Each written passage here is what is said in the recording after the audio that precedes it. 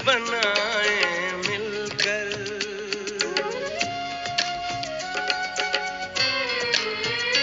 आओ स्वर्ग बनाए मिलकर, कहती ये दुनिया सारी, कहती ये दुनिया सारी, जैसी सोच वैसा जीवन, जैसी सोच वैसा जीवन, वैसी ही सृष्टि हमारी। हम फैलाए ज्ञान प्रकाश, बदलेंगे धरा आकाश। हम फैलाए ज्ञान प्रकाश, बदलेंगे धरा आकाश। अब सबकी यही है आस, अब सबकी यही है आस।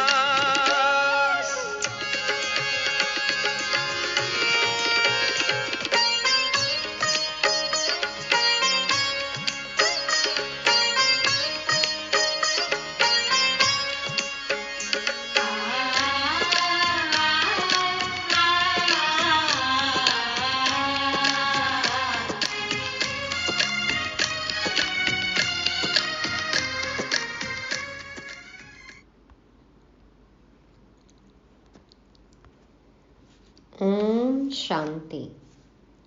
सभी वानप्रस्थी पद्मा पदम भाग्यशाली विशेष आत्माओं को 20 फरवरी 2024 की गॉडली मॉर्निंग। आओ स्वर्ग बनाए मिलके। कैसे? अपनी BMW बाबा को समर्पित करके। बॉडी, माइंड, वेल्थ है ना, सबके पास BMW। तो तन, मन, धन, समय, श्वास, संकल्प, दृष्टि, वृत्ति, कृति, संबंध, संपर्क, मनसा, वाचा, कर्मणा, सबसे रूहानी सेवा करेंगे तो धरती स्वर्ग बन जाएगी। तैयार हैं सभी?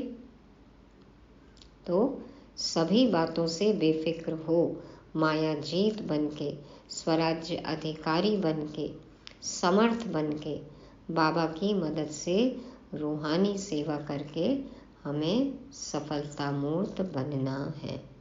क्या करना है इसके लिए? सुनेंगे आज की परमात्मा वाणी। मीठे बच्चे, तुम्हें तन मन धन से सच्ची रूहानी सेवा करनी है। रूहानी सेवा से ही भारत गोल्डन एज बन जाएगा। समाज सेवक तो दुनिया में बहुत हैं, स्थूल सेवा कर रहे हैं, करते ही आए, लेकिन फिर भी कलयुग आ गया।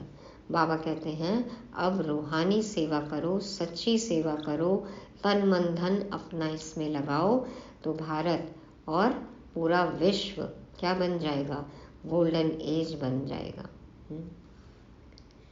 नई दुनिया में तो भारत ही एक खंड होगा ना, तो फिर से सतयुगी दुनिया स्वर्ग हमें लाना है। प्रश्न, बेफिक्र रहने के लिए सदा कौन सी बात याद रखो? तुम बेफिक्र कब रह सकेंगे? उत्तर में बाबा कहते बेफिक्र रहने के लिए सदा याद रहे कि यह ड्रामा बिल्कुल एक्यूरेट बना हुआ है। ड्रामा एक्यूरेट है तो फिर फिक्र करने की क्या बात है? जो भी ड्रामा अनुसार चल रहा है यह बिल्कुल एक्यूरेट है, परंतु अभी तुम बच्चे बेफिक्र रह नहीं सकते। जब तुम्हारी कर्मातीत अवस्था हो तब तुम बेफिक्र बनेंगे। इसके लिए योग बहुत अच्छा चाहिए। योगी और ज्ञानी बच्चे छिप नहीं सकते। जब किसी भी तरह के कर्म के फल का प्रभाव हमारे ऊपर नहीं पड़ेगा, कर्मातीत बन जाएंगे, कोई भी फिक्र नहीं होगी। लेकिन ये कब होगा? ये अवस्था कैसे आएगी? बाबा कहते हैं इसके लिए ज्ञान योग बहुत अच्छा चाहिए, और जो ज्ञानी योगी बच्चे होंगे वो प्रत्यक्ष होंगे ही होंगे, वो छिप नहीं सकते, दुनिया के सामने आएंगे। बाबा तो जानते ही हैं कौन है, लेकिन फिर दुनिया वाले भी पहचानेंगे। तो कोई भी फिक्र करने की बात ही नहीं है। ड्रामा एक्यूरेट है, जो कुछ हो रहा है वही होना है और उसी में कल्याण है। ओम शांति। पतित पावन शिव भगवान उवाच। बाप ने समझा दिया है कि देहधारी मनुष्य को कभी भी भगवान नहीं कहा जा सकता। मनुष्य यह भी जानते हैं पतित पावन भगवान ही हैं। श्री कृष्ण को पतित पावन नहीं कहेंगे, बेचारे बहुत मूंझे हुए हैं। भारत में जब सूत मूंझ जाता है तब शिव बाबा को आना पड़ता है। कितने संशय है ना, सूत कितना मूंझा हुआ है, कौन क्या कब कैसे, तब आते हैं शिव बाबा सबके प्रश्नों का उत्तर देने के लिए, सूत को सुलझाने के लिए। तो बाप के बिना उसे कोई सुलझा न सके। वो ही पतित पावन शिव बाबा है जिसको सिर्फ तुम बच्चे ही जानते हो, सो भी नंबरवार पुरुषार्थ अनुसार। भल यहाँ बैठे हैं, रोज सुनते हैं, तो भी ध्यान में यह नहीं आता है कि हम शिव बाबा के पास बैठे हैं, वह इनमें विराजमान हैं, हमको पढ़ा रहे हैं, पावन बना रहे हैं, युक्ति बतला रहे हैं। मुरली सुनते हैं लेकिन ये याद नहीं है, ये ध्यान नहीं है कि कौन बोल रहा है। हाँ? क्यों ऐसा लग रहा है बाबा को? यदि हमें लगे कि शिव बाबा बोल रहे हैं, भगवान बोल रहे हैं, तो हम एक भी श्रीमत को मिस नहीं करेंगे। बाबा जो कहे वही करेंगे, है ना। तो हम 100% श्रीमत फॉलो नहीं कर रहे हैं, इसका मतलब हमने पहचाना ही नहीं, हमें निश्चय ही नहीं है कि शिव बाबा स्वयं पढ़ा रहे हैं। तुम स्वदर्शन चक्रधारी बन रचता और रचना की नॉलेज पाकर काम को जीत जगत जीत बनते हो, तो वह बाप पतित पावन भी ठहरा, नई रचना का रचता भी ठहरा।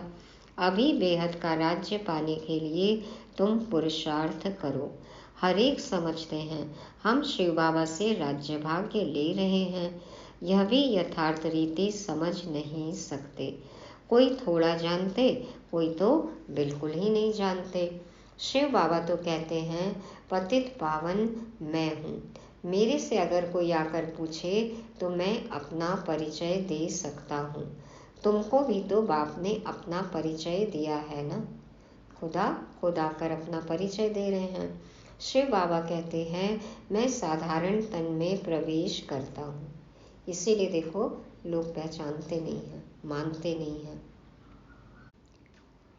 यह साधारण तन है, झाड़ के अंत में खड़ा है, पतित दुनिया में खड़ा है और फिर नीचे तपस्या कर रहे हैं। इनको भी तपस्या शिव बाबा सिखला रहे हैं। राजयोग शिव बाबा सिखाते हैं। नीचे आदिदेव, ऊपर में आदिनाथ। बाबा कह रहे हैं तपस्या कौन सिखला रहे हैं, राजयोग कौन सिखला रहे हैं, शिव बाबा। नीचे आदिदेव, चित्र में नीचे आदिदेव हैं और ऊपर में आदिनाथ हैं। देखो पुरुषार्थी है ना, अभी देवता बन रहे हैं और ऊपर में नाथ है, मालिक बन गए, जगन्नाथ बन गए। तो तुम बच्चे समझा सकते हो हम ब्राह्मण शिव बाबा की संतान हैं। तो बाबा कह रहे हैं तुम बच्चे अब सबको समझा सकते हो कि हम ब्राह्मण शिव बाबा की संतान हैं, है ना। अभी पुरुषार्थ कर रहे हैं और फिर देखो विश्व के मालिक बन जाते हैं। तो तुम भी शिव बाबा के बच्चे हो, परंतु जानते नहीं हो तो तुम भी बच्चे, लेकिन जानते नहीं हो। हम जान गए हैं, पढ़ रहे हैं, इसलिए हम पुरुषार्थ से मालिक बन रहे हैं। तो भगवान एक है, बाकी सब ब्रदर्स हैं। बाप कहते हैं मैं अपने बच्चों को ही पढ़ाता हूँ, जो मुझे पहचानते हैं उन्हों को ही पढ़ाकर देवता बनाता हूँ। भारत ही स्वर्ग था, अब नर्क है। जो काम को जीतेगा वही जगत जीत बनेगा। जो प्रकृति जीत बनेगा, जो काम को जीतेगा, काम जीत बनेगा, माया जीत बनेगा, वही जगत जीत बनेगा। मैं गोल्डन वर्ल्ड की स्थापना कर रहा हूँ। अनेक बार यह भारत गोल्डन एज में था, फिर आयरन एज में आया, यह कोई भी जानते नहीं। देखो भारत को पहले सोने की चिड़िया कहते थे, विश्व गुरु। तो चिड़िया उड़ गई ना, तो अब हम बदलेंगे, स्वपरिवर्तन से विश्व परिवर्तन होगा, चिड़िया वापस आएगी, भारत फिर से गोल्डन एजेड बन जाएगा। तो बाबा कहते हैं कि भारत गोल्डन एज में था, फिर आयरन एज में आया, यह कोई भी जानते नहीं। रचयिता और रचना के आदि मध्य अंत को कोई जानते नहीं। मैं नॉलेजफुल हूँ, यह है एम ऑब्जेक्ट। मैं इनके साधारण तन में प्रवेश होकर नॉलेज देता हूँ। अब तुम भी पवित्र बनो। इन विकारों को जीतने से तुम जगत जीत बनेंगे। यह सब बच्चे पुरुषार्थ कर रहे हैं, तन मन धन से रूहानी सेवा करते हैं, जिस्मानी नहीं। इनको स्पिरिचुअल नॉलेज कहा जाता है। यह भक्ति नहीं है। भक्ति का युग है द्वापर कलयुग, जिसको ब्रह्मा की रात कहा जाता है, और सतयुग त्रेता को ब्रह्मा का दिन कहा जाता है। कोई गीता पाठी आए तो उनको भी समझाएंगे गीता में भूल है। क्या भूल है? गीता किसने सुनाई, राजयोग किसने सिखाया, किसने कहा है काम पर जीत पाने से तुम जगत जीत बन जाएंगे। यह लक्ष्मी नारायण भी जगत जीत बने हैं ना। इनके 84 जन्मों का राज बैठ समझाए। कोई भी हो, नॉलेज लेने के लिए तो यहाँ आना पड़ेगा ना। मैं तो बच्चों को पढ़ाता हूँ, परंतु तुम्हारे में भी कोई इतना नहीं समझते हैं, इसलिए गायन है कोटों में कोई, कोई में भी कोई।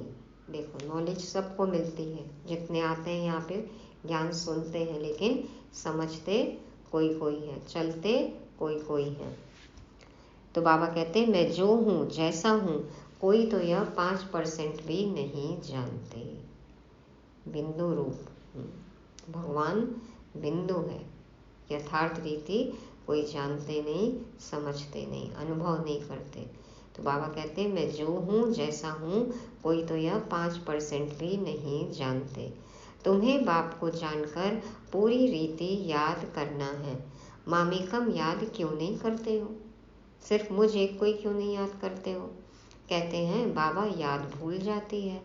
अरे तुम बाबा को याद नहीं कर सकते हो? यूँ तो बाप समझाते हैं यह मेहनत का काम है, फिर भी पुरुषार्थ कराने के लिए पंप करते रहते हैं, बार बार बोलते रहते हैं।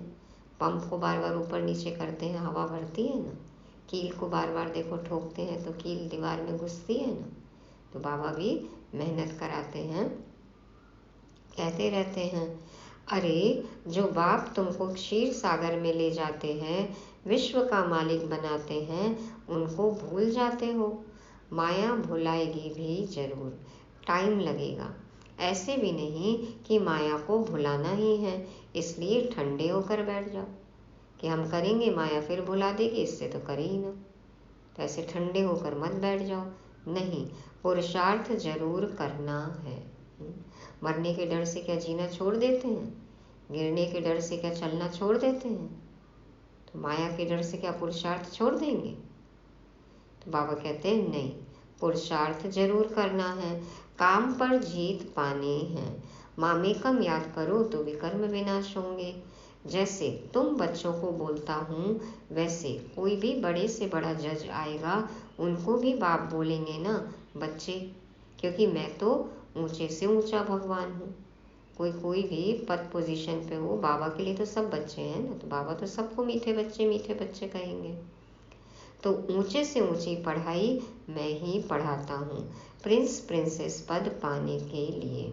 बाप कहते हैं मैं इनको पढ़ा रहा हूँ। यही फिर श्री कृष्ण बनते हैं, ब्रह्मा सरस्वती, वही फिर लक्ष्मी नारायण बनेंगे। यह प्रवृत्ति मार्ग चला आता है, निवृत्ति मार्ग वाले राजयोग सिखला न सके। राजा रानी दोनों चाहिए। विलायत में जाकर कहते हैं हम राजयोग सिखलाते हैं, परंतु वह तो सुख को कागविष्टा समान कहते हैं, फिर राजयोग कैसे सिखाएंगे? तो बच्चों को उछल आनी चाहिए। वो तो कहते हैं ना कि सुख क्या है, कागविष्टा समान है। परिवार में भी जो सुख मिलता है वो कागविष्टा समान है। तो वो तो निवृत्ति की बातें कहते हैं ना कि घर छोड़ दो, गृहस्थी छोड़ दो, लेकिन घर गृहस्थी में रहते विकारों को छोड़ना है, ये है राजयोग। तो वो तो ये सब बात सिखा नहीं सकते हैं। तो बाबा कहते तुम बच्चों को उछल आनी चाहिए। तुम बताओ परंतु बच्चे अजून छोटे हैं, बालिग नहीं बने हैं। बालिग बने की हिम्मत चाहिए। तो अब तो देखो खुल के बता रहे हैं, अब तो बच्चे बालिग हो गए ना। सुनाने में तो बालिग हो गए, स्वरूप में चेक करना है। बाप बतलाते हैं, यह है रावण संप्रदाय। तुम पुकारते हो पतित पावन आओ, तो यह पतित दुनिया है या पावन दुनिया है? तुम समझते हो ना कि हम नरकवासी हैं। क्या यह दैवी संप्रदाय है? राम राज्य है। तुम रावण राज्य के नहीं हो। अब रावण राज्य में सबकी आसुरी बुद्धि है। अब आसुरी बुद्धि को दैवी बुद्धि बनाने वाला कौन? ऐसे 4-5 प्रश्न पूछो तो मनुष्य सोच में पड़ जाए। कल भी बाबा ने बोला ना, एक इधर से प्रश्न पूछे, एक इधर से पूछे, इधर से प्रश्न पूछते जाओ, धूम मचा दो, प्रश्नों की झड़ी लगा दो, मनुष्य सोचने पे मजबूर हो जाए। तो तुम बच्चों का काम है बाप का परिचय देना। झाड़ तो धीरे धीरे बढ़ता है, फिर बहुत वृद्धि को पाएंगे। माया भी चक्री लगाकर एकदम गिरा देती है। माया के चक्कर में पड़ेंगे तो चक्कर खा के गिरेंगे। बॉक्सिंग में भी बहुत मरते हैं, इसमें भी बहुत मर जाते हैं, माना छोड़ देते हैं। विकार में गया और मरा, फिर नए सिर पुरुषार्थ करना पड़े। विकार एकदम मार डालता है।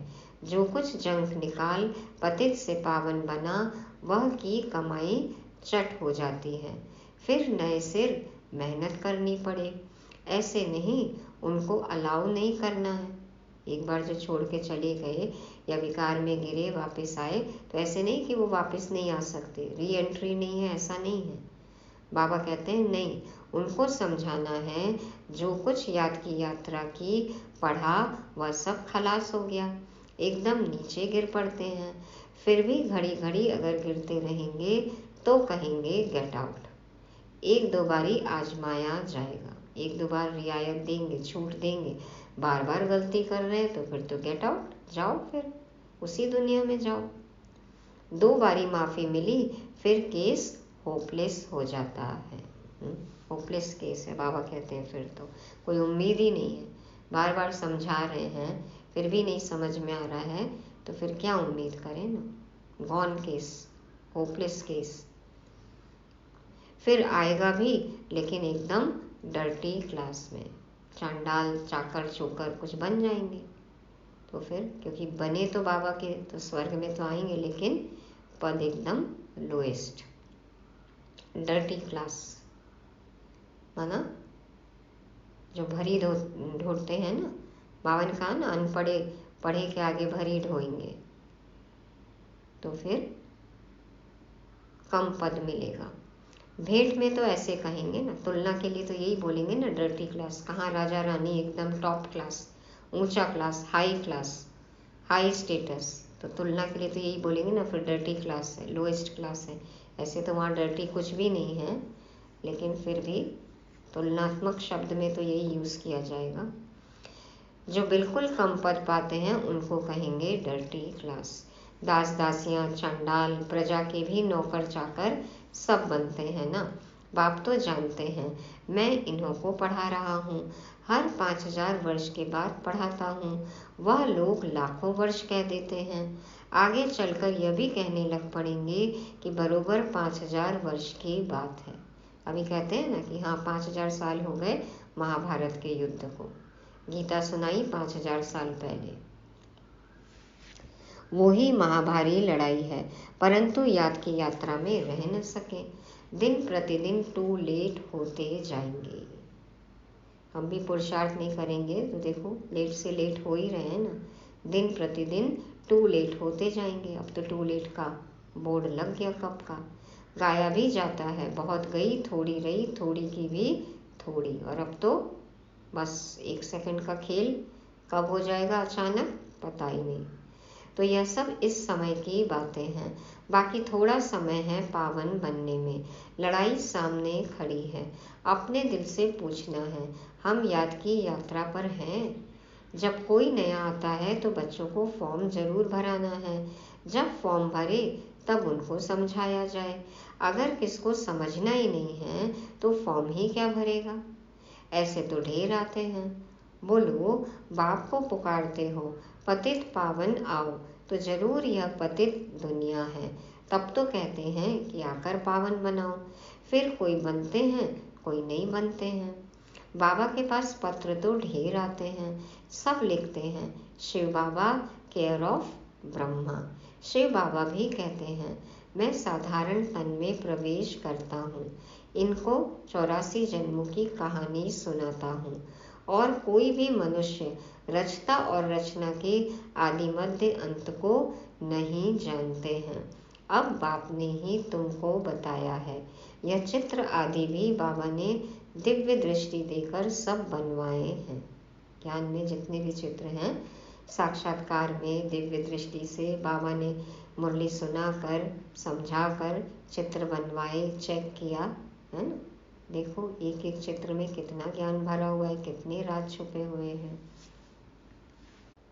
इन्हीं चित्रों से कितनी सेवा होती है। तो बाबा तुम आत्माओं को ही पढ़ाते हैं। आत्माएं झट अशरीरी हो जाती हैं।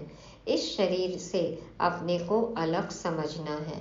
बाबा कहते हैं बच्चे देही अभिमानी भव, अशरीरी भव। मैं आत्माओं को पढ़ाता हूँ। यह मेला है आत्माओं और परमात्मा का।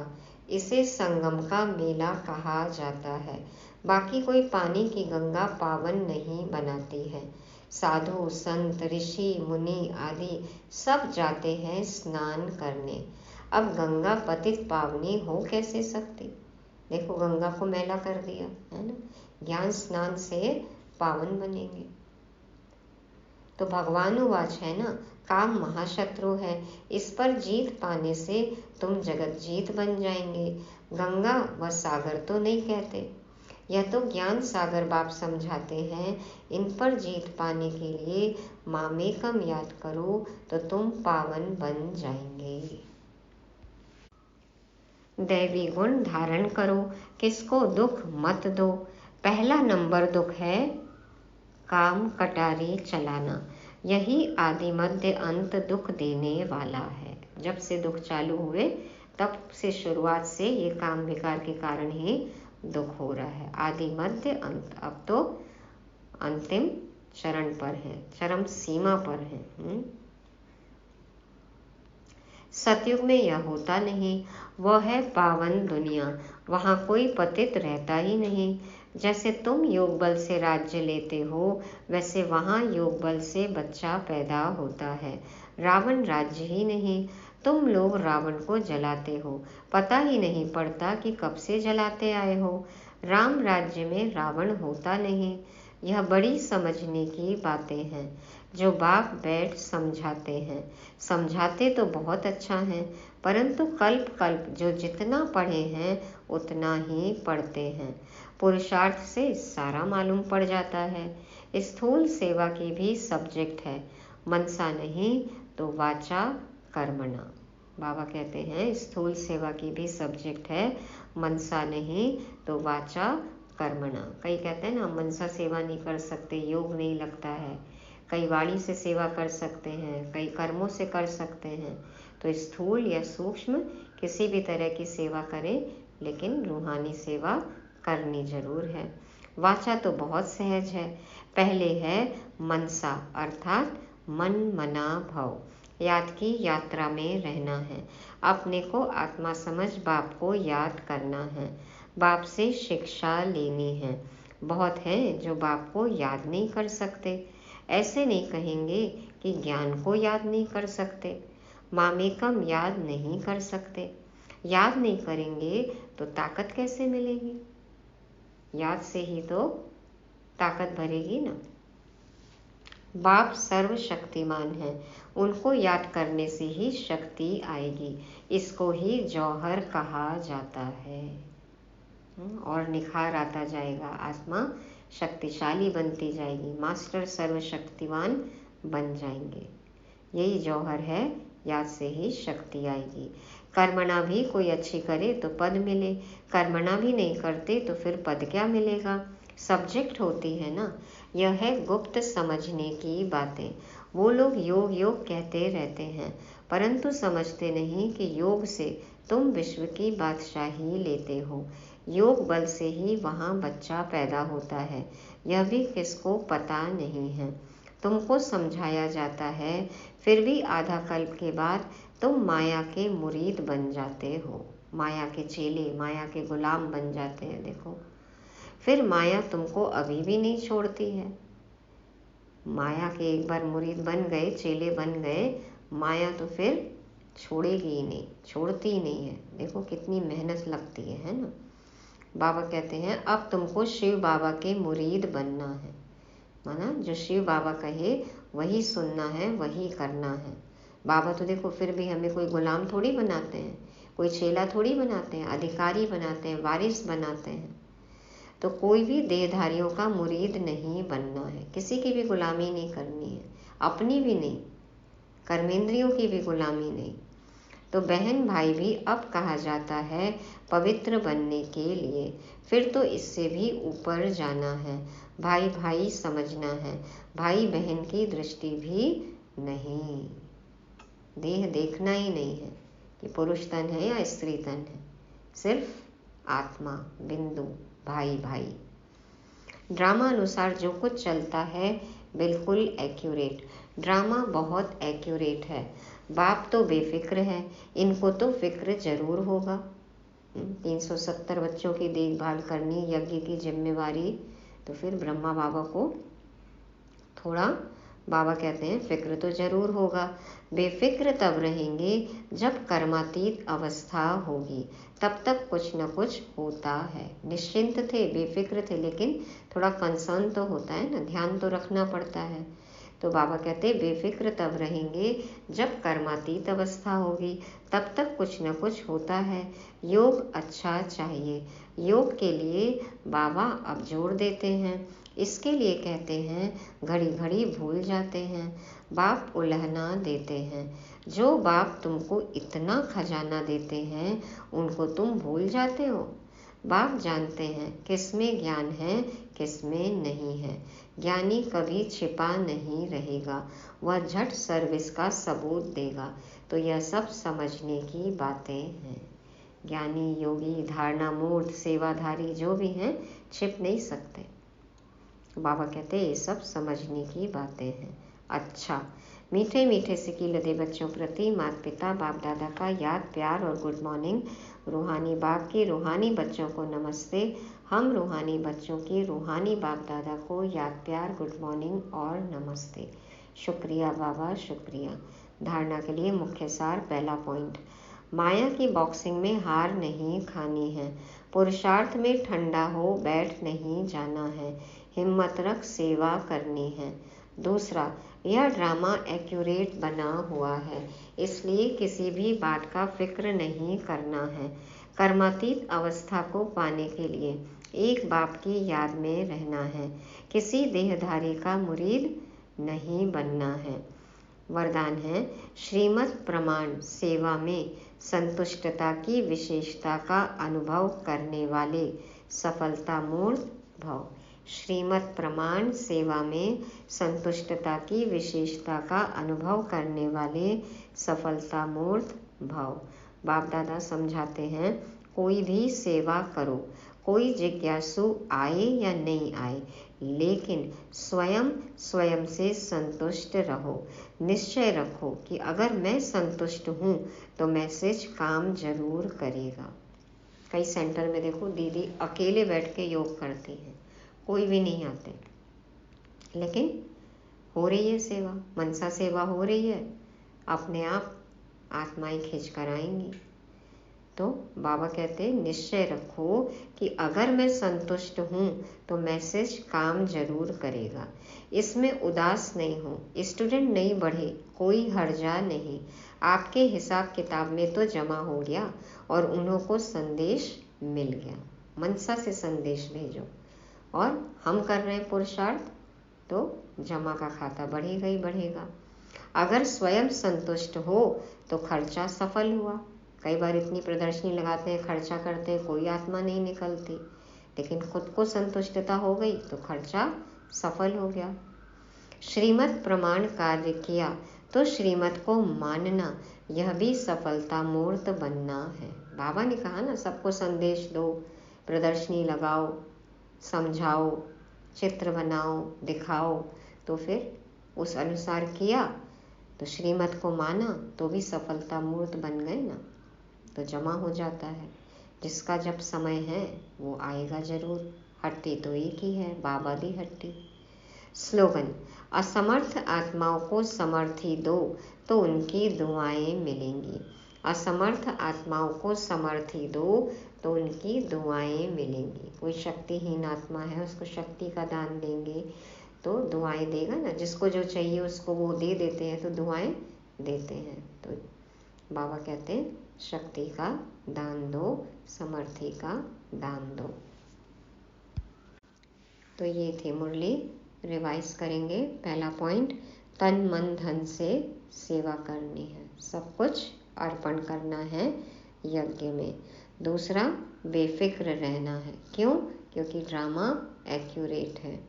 तीसरा, शिव बाबा के मुरीद बनना है। बाबा जो कहे वही मानना है, वही करना है। किसी भी देहधारी का गुलाम अब नहीं बनना है। बाबा ने हमें अधिकारी बना दिया, इसलिए किसी की भी गुलामी नहीं, कर्मेंद्रियों की भी नहीं। चौथा, सदा संतुष्ट रहना है। संतुष्ट रहेंगे, जमा का खाता बढ़ता जाता है। और पांचवा, दुआएं कमानी है हमें, है ना, दुआएं कमाई जाती हैं। तो जिसको जो चाहिए वो दो, दुआएं कमाओ। ओम शांति।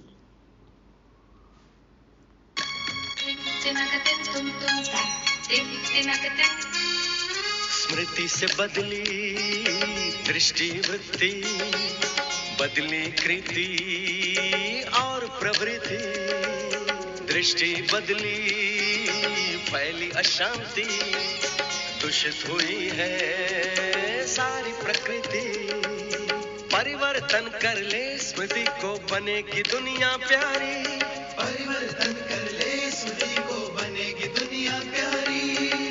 जैसी सोच वैसा जीवन, जैसी सोच वैसा जीवन, वैसी ही सृष्टि हमारी। हम फैलाए ज्ञान प्रकाश, बदलेंगे धरा आकाश। हम फैलाए ज्ञान प्रकाश, बदलेंगे धरा आकाश। अब सबकी यही है आस।